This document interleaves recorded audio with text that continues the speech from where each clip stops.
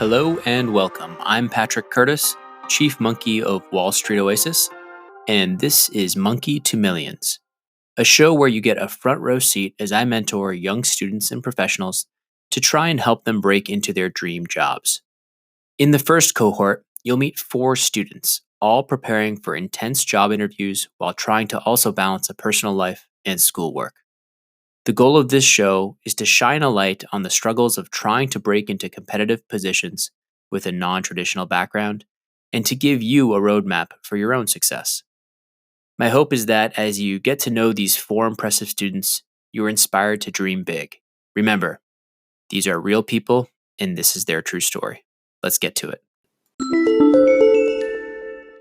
In this session, Victor shares his progress and if he passed his insurance exam.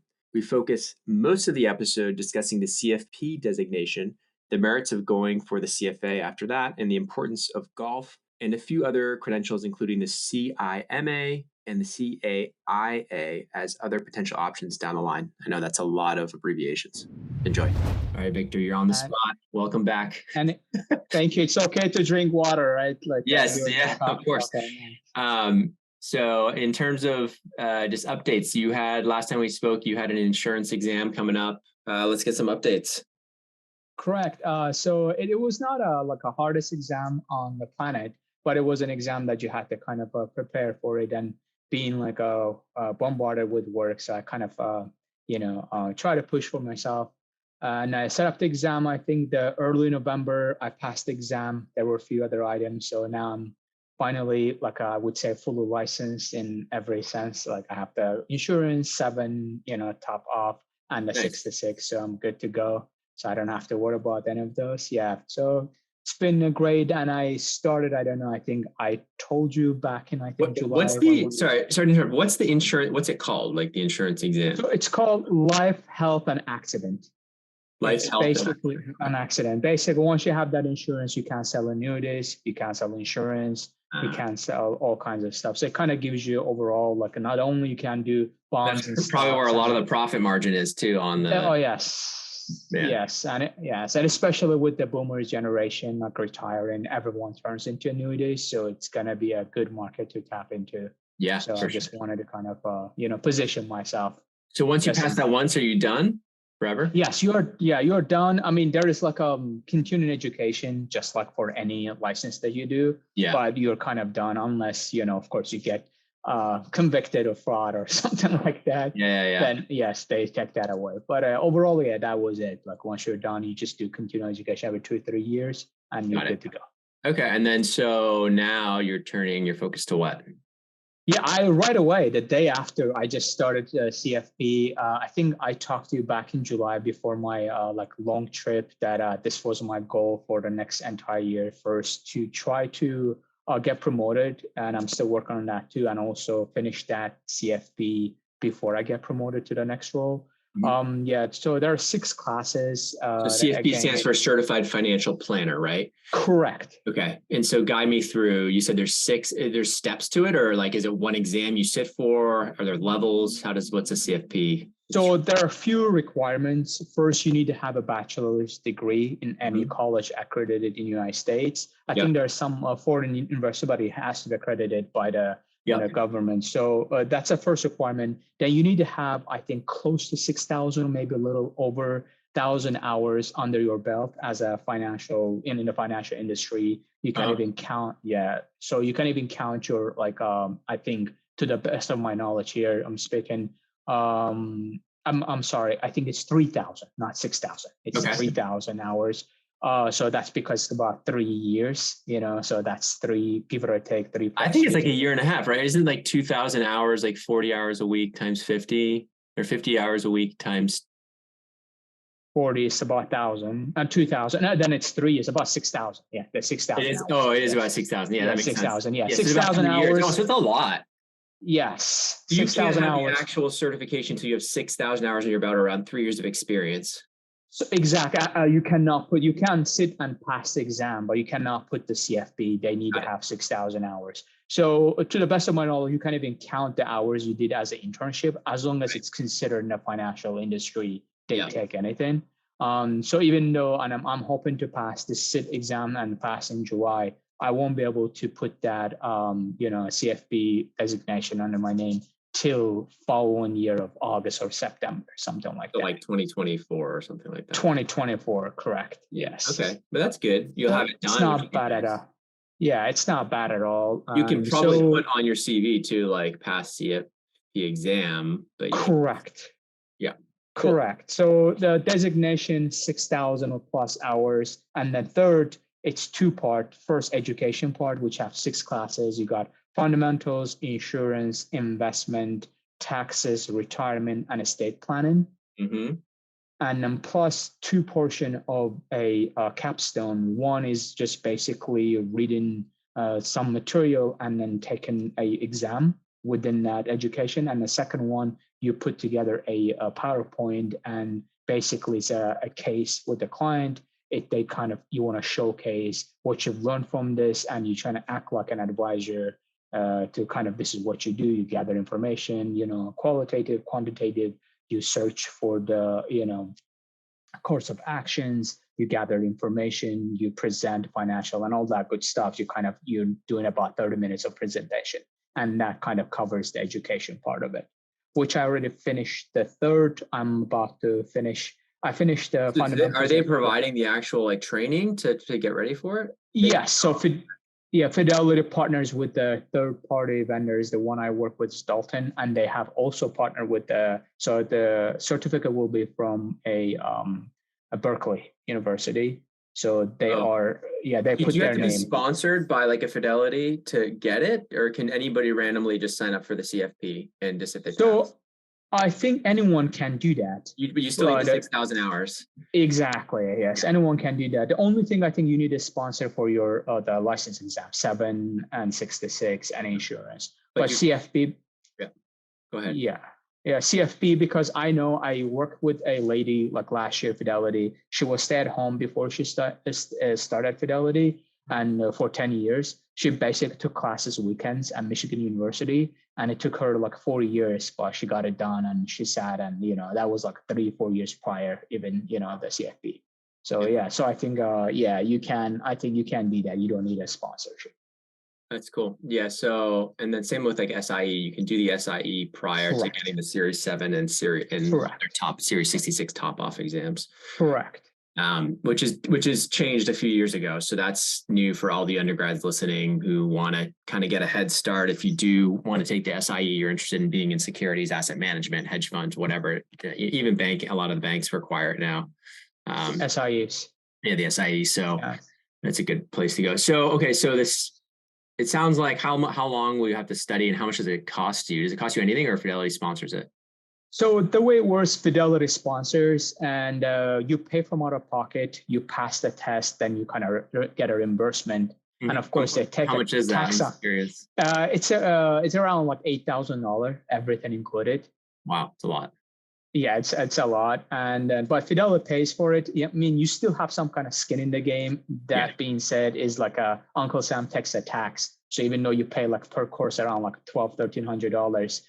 Fidelity pays you $1,300, but before you get that $1,300, whatever the tax you pay, exactly. So it is not bad at all. Like in the grand scheme of things, maybe you spend maybe $600-$700. That's weird. Why wouldn't they just it would be so much better if they just paid for it directly and then save you? I think they're trying to make sure that you have some kind of skin in the game. Because they want to make sure you kind of take the course, you responsibly pass it. They don't want to waste money or resources. Yeah. So that's the explanation at least I got, which is what the question I had for them, like, why don't you guys pay? And we got kind of, just wouldn't go through, the through hoops, like trying to get this reimbursed, passed, but kind of makes sense though. Cool. Okay. So that's interesting. So it is mostly reimbursed, 70% reimbursed or so. Yes. Yes. I mean, about 95% you get it back, and about 5% of our overall, it's like $400 to $600 maybe probably will come out of your pocket, and which is going to be taxes, Right. And then, okay. So they don't pay fully. They pay most of it. And then most of it, about 95%. Yeah. Okay. I mean, to their credit, they say, hey, we paid, and there's nothing we can do if government wants their cut. So It's like your benefit government taps into, if that makes sense. Yeah, that makes sense. Okay, so then you you basically, okay, so you're going on that. How long do you think it'll take you to get through all the education section? So I finished fundamentals and insurance. I finished the portion one of the capstone. I'm about to finish the investment, and I'm in January, February, those 2 months, I'm going to work on taxes, retirement, and estate. Geez, how long? And crazy. So how long do people usually take to do this? So there's like, how much video are you looking at? About people take about 9 months or so, but I'm going to do about within 4 months of just the study, because I've been studying pretty much like a 20 to 25 hours per week, early in the morning and late nights. I watch the videos, read, take notes, do quizzes, do midterms. I do way ahead of the schedule. So I was supposed to be just finishing my midterm on my fundamentals, but I finished already that and insurance and the capstone. That's amazing. So there's midterms or stuff, but is it all asynchronous, or is there a live instructor that's teaching you as well? 2 ways. So thank God they also have the archived, 600 plus minutes. Asynchronous. Okay, so you're using that really to go, and as long as you're passing the quizzes as you go and the midterms and all that stuff. I got about 100 midterm, 95, 97, and it's required about 70% overall grade. Okay. So I've been doing pretty well, like above 85, 87 so far. So and the way I was told that, I'm gonna try. So that way, I need to make sure the girlfriend is happy with the schedule too, so that I won't have too much time off her plate. Morning and night is hard, Exactly. But the hardest part is, I think, when the rubber meets the road, so to speak, is when I finish them all early March, you get a review course. It's basically a consolidated version of you've studied across the 6 topics. And they put it all together. You study for about 12. It's like a GMAT in a way, but a lot less like a lean version of GMAT. You kind of study. They have whole schedule, and then you sit, because the exams are only 3 or 4 times a year, or 3 times a year. I know this in July, November, March. I think 3-4 times a year. So this company that's training you, they have like practice exams. It's the practice exam. Yes. For each course, you have a practice exam, and there's also one more review course, which you get assigned a coach, and you study everything you've studied in far leaner version, they think that might be like 80-90% of the exam, which is based on what I've read, it's about 90% like a success rate if you score consistent around like 80% in the exam, you pass around 90% of the time. So which is great. I'll take it. Yeah. Well, it sounds like you're doing fine with the reviews. So my guess is, if you just keep going at the pace you're going, you could probably even speed it up a little bit. Are you allowed to speed up the videos when you're watching them? Oh yeah, that's what I'm doing. Like I do on a level 2 speed, and I also 2x. Whoa. Yeah, 2x. Yes. So I do like early in the morning when I go for a run. But you nighttime focus. When I work at I focus, but I also I understand that because I've read their books usually. Yeah. So I kind of go listen to double speed, so I know what the conversation goes. And when I take the quizzes, whatever the parts that I miss, I just work on that specifically. Take the midterm, I'll move on. And again, I'm not trying to learn everything. I'm just trying to make sure that I pass, because the review time, which is I'm hoping in March, that's going to be the part that I need to kind of buckle down, do about 15 to 17 hours weekly for about 4 months. 4 months? Yes. Yeah. Oh my God. It's very hard designation, but it's one of the. Does it help? It really helps you get promoted, you think, within? I mean, to be honest, once I do that, and I have like a bunch of mentors through your help, the guys are like number 1, number 2, number 3 in the nation in terms of financial consultant. So if I got the education part and designation, if I got the part, they kind of tutored me. How do I go about earning the business, building my book? I don't know. Like it's not 100%, but I'm positive that'll look very good. That I'm. And then you did it fast. Are you able to start building your book right at, you'd have to be promoted, right? But then promoted. Do you have to wait till you have the CFP to start building your book, or no, it doesn't matter. It's just for me to kind of bragging rights, and also branding and making people comfortable. You can't get next to your name on LinkedIn yet. Yeah. Exactly. Stuff like that, and I get a lot of job interviews requests, and I believe once I have that, it's gonna be probably 10 times more. Yeah. Yeah. That's great, man. This is super exciting. I'm happy you have a path. It's so much Yes. easier when you have a path. Exactly. And all that thanks to you, because I was kind of hitting my head you to the wall. you were going through a lot, and you I don't think it was thanks to me. I mean, you put in the work. That's the hard part. I think it was just you just needed a little bit of like direction, just a little bit. And then you went, once you got your feet under you, I think you were off to the races. So that was good. Yeah. I mean, the plan is that like I have 2 more things I want to actually do after this. Definitely. I'm kind of debating over CFA, and there's a CIMA or SIMA or CIMA, something like Certified Investment Management. Correct. What's it? Certified Investment Management and something. It's a good associate. Associate. Yeah. So and so what's the difference? This is good. We're gonna have I already know the title of this podcast is gonna be like CFP overview, Certified Financial Planner overview. Yes. The pure SEO play. We're going to embed this video in the CFP article we've written. It'd be great. Yes, no, that's awesome, and anything that I can help. And again, this is based on just what I know. Because I don't know anything about this stuff because I never went down the asset management path or anything like that. So it's great. No, it's great because once you're in finance, and you might as well get an expert, learn everything that you can. Of course, I'm not gonna probably manage portfolio for institutional investors, but at least have a knowledge. When I speak like competently. I speak, it is very important to get clients' first impression with the knowledge, with the poise, with the stuff that you do, because that's how you build the business. And once you build the business, I'm just gonna throw this out there. I know we're in finance. What is it, like a Calvin Coolidge quip? He said that in America we score by like making money is how we score, or business how we score, something along those lines. So a couple of my mentors, they made like $850,000 last year, like around that time, and they've been in like 15 years. And of course it's like a high to kind of, but with ambition and knowledge and everything, I mean, $850,000, I don't know, it's a pretty good amount of money is what I'm thinking, Yeah, it's a lot of money. That is a lot of money. I mean, the thing I'll say is like, it's a long road. Right. It's a long road to get there. And it's exponential, right? Because it's like, you could be stuck at like 150,000, 160,000. It's going up like this. And suddenly you get one big account and it's like, boom, and it just takes off. And it's like, and then suddenly they bring in, and then boom, boom, boom. And then suddenly it's like, oh, all this 10 years of like really tough thing. And then suddenly like the last 5 years, it didn't double, it like quadrupled. Exactly. It's all about your book, right? Exactly. Motivation. And that's what I'm kind of focusing on, the first part of education, getting designation. It kind of getting me like in front of the client. Hey, I know what I'm talking about. But you got to understand, like when people ask like, hey, how long you been doing this? So you say 2 years and 3 years. When you say over a decade, suddenly like the older folk, and you start getting more gray hair. Yeah. It's actually good. It's good. Start dyeing it white.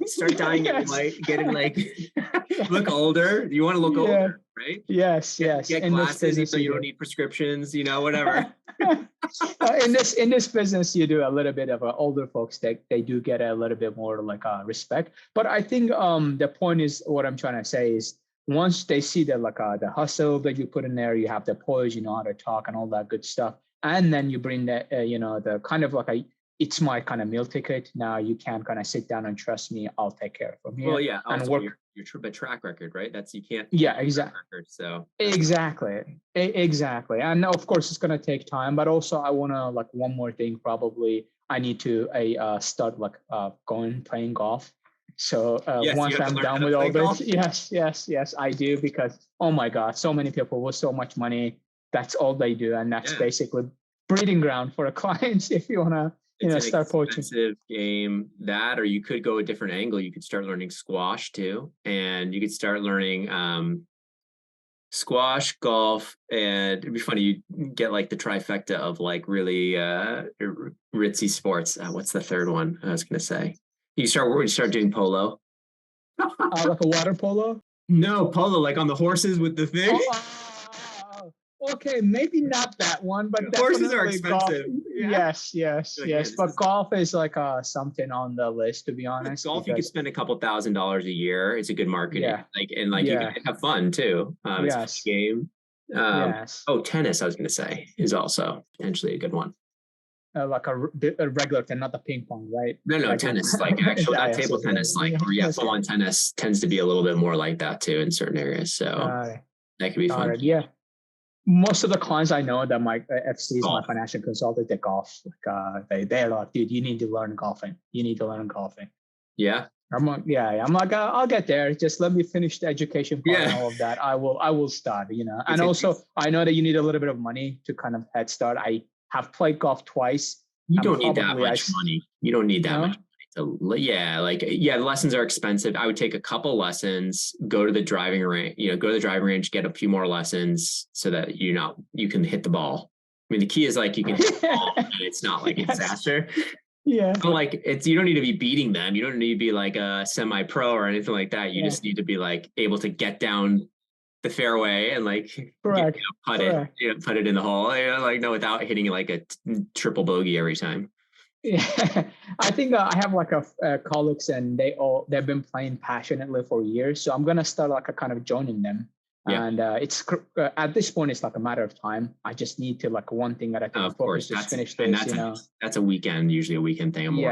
Yeah. I mean, like I again barely like please with the girlfriend, trying to make sure that I fit everything in there. Yep. So yeah. Well, cool. So CFP, that's going. So yeah, tell me what's the difference. So CFA I know is typically used for like people who want to go, asset management, hedge funds, anything market oriented. So CFA is very well respected, obviously, probably more than the CFP. Would you agree? Correct. Absolutely. But it's a little bit more broad in the sense of like it's more of like a stamp, but it's also, would you say, harder than the CFP or no? Based on what I've read, not level 1, but level 3, and I've heard it's really far harder than CFP. CFP, because CFA requires far more technical knowledge than CFP. In CFP, you do a little bit of technical knowledge of present value, but anyone who took basic finance should be fine with it. It doesn't require much. But with the CFA, it's basically far more technical knowledge, which makes it harder, if that makes sense. Yeah, I mean, if you're looking for the ultimate branding, though, long term, I think, you pair it. Suddenly you say, Victor Davis, CFA, CFP.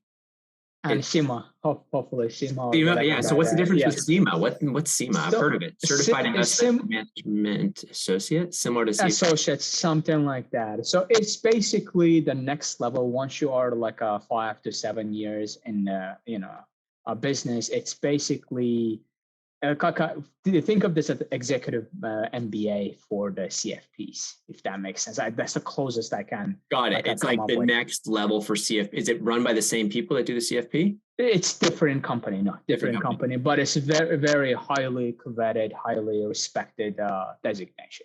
And it's how hard to get? Harder than similar to harder than CFP, easier than CFA, somewhere in between. Again, this all to the best of my knowledge. Sorry, I would wait on this. I would wait on the CIMA though. Down the line. But first CFP, golf, CFA, then CIMA. I think that's good. I think that's a good plan. Yeah, because I think the CFA will give you, even though it's going to be a pain. Once you have those two, and you're gonna learn along the way. I think once you have those two kind of, you'll have studied so much on markets and options and derivatives and insurance, taxes, all this stuff, financial planning. Like you'll really have I feel like a really nice feel of not just because CFA feels a little more market oriented, whereas CFP is really about like the planning, the financial planning. Correct. Portfolio allocation and all that stuff. Whereas CFA there's some overlap too, which will be nice. Yes, correct. And also overall, a goal is here, like having the knowledge at your fingertips and knowing what you're talking about and getting that like a respect and impression that, okay, this guy put this many hours to study this, past this. So, and a little bit of a gray hair, hopefully in about 10 years. Yeah, I think CFA level 2 is pretty tough. From what I've heard, I think level 1's not that bad. And then it's a real big jump to level 2 and then level 3 too, as well. It's material. That is what I was told, like a CFP harder than level 1 of CFA. But level 2 and level 3 makes it like another level comparable. Oh, yes. Yeah. Not fun, dude. Which is like 500 to 600 hours is what they. But it's a filtering mechanism. It's a proxy. Correct. Correct. It's like a going to college, like this is what the target college, and like people do score like a SAT scores, like a Yes, if you pair Georgetown with the CFP, the CFA, I think you're really in a good spot. You can start actually looking for business Georgetown alums in your area. Start trying to go to alumni. You got to be going to alum meetings, like being involved there, shaking hands, playing golf. Yes. And a funny life, nothing to complain about. Well, I mean, you become a networker, like a professional networker. That's basically your job eventually. Yes. Right. Yes. So yes. And also you make a lot of friends along the way. So which is, I don't mind at all. And which is what I'm really like happy that I'm always going to be your mentee for the rest of my life. Because that part you can always teach me how to do well. Like, I mean, even think about real estate, right? So like you have broker friends now and real estate agents. And then if one of them trusts you, some of them have a lot of money. If one or two of them trust you, then they tell their real estate friends, oh, I manage my money with Victor and it helps you manage, and boom, boom, boom, boom, boom. You bring in some new clients there. But it's now it's kind of a tough time because probably a lot of people are like angry because the markets are down so much, especially at financial planners, and like how is my portfolio down 20%? You're like, the market's down 35%. We're doing an amazing job. We are really trying. Yeah. But I mean, it comes with that territory. You kind of, it's coming. Yeah. Yes.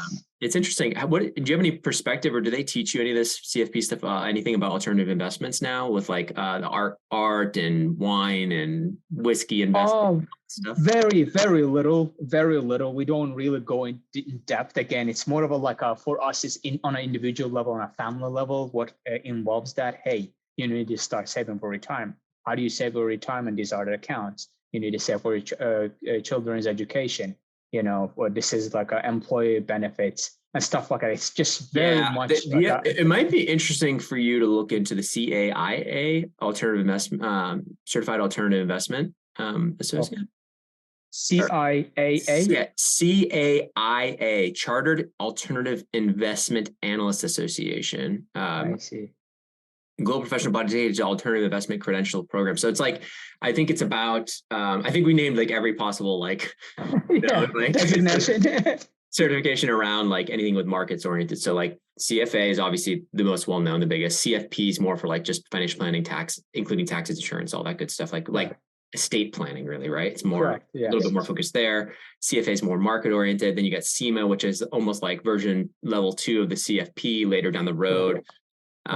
It's just more complex things like defined benefit plans and like crazy stuff there. It's more of for a wealth advisor. You have like 3 million and plus. You basically it's probably estate plan, like complex estate plan. Complex, yes, exactly. Yeah, so like you have like real estate assets here. You have this is for high net worth individuals, stuff like that. Okay, so then you have that's the CIMA, CIMA, and then you have the CAIA, yes, alternative certified alternative investment analyst, and that's for alternative investment kind of knowledge and stuff like that. It might be interesting. It might be a different thing where it pairs nicely. Imagine being CFP, CFA, CIMA, like. I mean, and a part of that. I don't know if you want to do that. Really, no, I actually, to be honest, I enjoy studying. I enjoy learning. I always read books and all that stuff. Good kind of. I mean, I kind of like derive a lot of pleasure from this. So it's not just work for me. I don't need to do this because I'm forced to. Well, it doesn't have to be all like once you get the CFP and the CFA, I think that's a really nice pair. I don't think there's no rush. I mean, no. Once you get the CFA Act, like it's small. That's like a year and a half, 2 year thing. Correct. We're talking 2025 here. Yeah. And also like hopefully the whole point is that they're paying for all of this. So you kind of go on your own term, and it's not like you have to spend much other than time. And if you can't schedule that well, I'm trying to do all of this before like next 4 years before I turn, my 40. gray hair. And I was like, 40 exactly. So, so I got all of this, and I have the education, and I wanted to do MBA, but they told me that I don't need to do this at all, like especially with this market and everything. So I'm good to go there. I have about a year and a half left from my GIA bill that I can use, but down the line, maybe I can do like executive MBA just for myself. Maybe I'm in my 50s or whatever. Yeah, later on, I think, if you're interested in kind of changing gears or doing something different or part-time. Yeah. I think at that point, the thing with this job is it kind of locks you in, because once you build a big book, it's kind of like very hard to leave. So even if you're making like 400K recurring and it's not that much work, suddenly you're like, well, I kind of have to, something else that I can do that's going to like be able to replace that. Correct. So it becomes hard because it locks you and gives you a little bit of golden handcuffs, they call it, right? Yes. So it's yes, it is. Yes, it is. That's the one thing with this. It's hard to get off the cycle here and fully. I mean, you can get support and get more team members to help you handle more of the day-to-day, but yeah, man, it's exciting. I think all good stuff.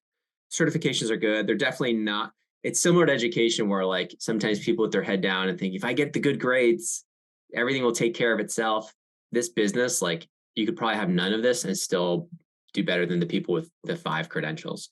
So what I would say is probably after CFP, like you said, the golfing is more important than like getting the CFA at that point. And then correct. And then the actual like networking and like make sure you're balancing that time. So you're not spending the next 4 years only studying and getting credentials. Oh no, right after CFP, my whole plan is by November of next year, which gives me around a little less than a year, to move on to the next role. Which you're going to try to get all 3 levels. I don't even think you can do that, right? How's the fastest you can do all 3 levels? I was told about a year and a half. That's what I was told. Yes. Yeah. The first one is easy. You can get it done within 2 months. It's the level 2 and level 3, which makes it harder. Yeah. So, but my goal is right after CFP to make sure I get the production role and start building my books. And just like you said, do everything I can. And once my book is in good order, I know that my numbers look good, then I will start taking like on the CFA, but not before. But CFP, I want to do it because this is like a industrial level of like, again, like you said, filter level. Okay, you're a financial planner. You're also CFP, so good to go. Yeah. Does that make sense? Yeah, totally. Cool, man. What's exciting? All right. Awesome. I was just going to tell you, probably I'll check in with you sometime around February. So January, I'm just going to buckle down, finish those courses. Yeah. Let's do February. We'll coordinate the calendar. And if there's anything in the meantime, definitely don't hesitate to reach out. Well, awesome. Well, happy holidays to you and to your listeners. And, it's been a pleasure, and it's still a pleasure, and it will be a pleasure. Awesome, man. We'll talk soon. All right. Thank you. Bye. And thanks to you, my listeners at Wall Street Oasis. If you have any suggestions whatsoever, please don't hesitate to send them my way, Patrick@wallstreetoasis.com. Until next time.